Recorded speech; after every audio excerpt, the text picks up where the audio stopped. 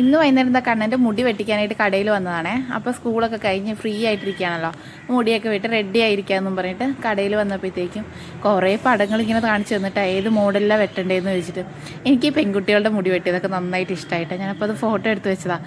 കൺമണിക്ക് ഇങ്ങനത്തെ സ്റ്റൈൽ വേണമെന്നൊക്കെ പോകുമ്പോൾ പറഞ്ഞു കൊടുക്കാമല്ലോ എന്ന് വെച്ചിട്ട് കണ്ണൻ തന്നെ ഒരു സ്റ്റൈലൊക്കെ സെലക്ട് ചെയ്ത് പിന്നെ ഞങ്ങൾ വൈകുന്നേരം അമ്പലത്തിലേക്കൊന്ന് പോവാണേ. വീടിൻ്റെ അടുത്തുള്ള അമ്പലത്തിൽ ഉത്സവമാണ്, അതിൻ്റെ ഘോഷയാത്രയുണ്ട്, അത് കാണാനായിട്ട് എല്ലാവരും കൂടി പോവാണ്. അപ്പോൾ അവിടെ ചെന്നപ്പോഴത്തേക്കും പല തരത്തിലുള്ള ആളുകൾ, പല തരത്തിലുള്ള വേഷങ്ങൾ, അതൊക്കെ കണ്ട് നല്ല ഭംഗിയായിരുന്നു കേട്ടോ. അതൊക്കെ കണ്ട് അങ്ങനെ നിൽക്കുകയാണ്. ഇവിടുത്തെ ഏറ്റവും വലിയൊരു ഉത്സവമാണ് കേട്ടോ ഈ പനങ്ങാടി. ഞാൻ കല്യാണം കഴിച്ച് വന്നു കഴിഞ്ഞിട്ട് ഈ അമ്പലത്തിലാണ് ഭയങ്കര കേമായിട്ടുള്ള ഇങ്ങനെ കാര്യങ്ങളൊക്കെ നടക്കുന്നത്. അപ്പോൾ ഇത് ഇവിടെ വന്ന് ഇങ്ങനെ കണ്ടിട്ടില്ല. ഇത് അമ്പലത്തിൽ എത്തുന്ന സമയത്ത് അവിടെ പോയിട്ടാണ് എപ്പോഴും കാണൽ. അപ്പോൾ ഇപ്പം ഞങ്ങൾക്കൊരു ഫംഗ്ഷന് പോകാനായിട്ട് ഇറങ്ങിയ കൂട്ടത്തിലാണ് ഇതിങ്ങനെ നടക്കുന്നത് കണ്ടത്. അപ്പോൾ അതും കൂടി എന്നാൽ കണ്ടിട്ട് പോകാമെന്ന് പറഞ്ഞ് ഞങ്ങൾ അവിടെ ഇറങ്ങിയതാണ്. അപ്പോൾ ഇത് കണ്ടിട്ട് ഇങ്ങനെ ഞങ്ങൾക്ക് തിരിച്ചു പോകാനേ തോന്നുന്നില്ല. ഓരോ കാര്യങ്ങൾ ഇങ്ങനെ ഒന്നിൻ്റെ പുറകെ ഒന്നായിട്ട് ഇങ്ങനെ വന്നുകൊണ്ടിരിക്കുക.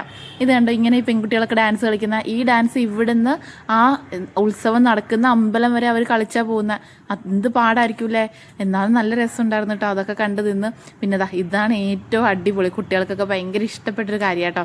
ഇങ്ങനെ ഈ ചിമ്പാൻസിയും ഇങ്ങനെ പാണ്ടയും അങ്ങനെ കുറേ രൂപങ്ങൾ ഇങ്ങനെ ഉണ്ടാക്കി വെച്ചിട്ട് അവർ വന്നിട്ട് നമ്മളെ പേടിപ്പിക്കും. കണ്ണനൊക്കെ പേടിച്ച് ആകെ വല്ലാണ്ട് ഒച്ചയൊക്കെ എടുക്കാൻ തുടങ്ങിയിട്ടാ.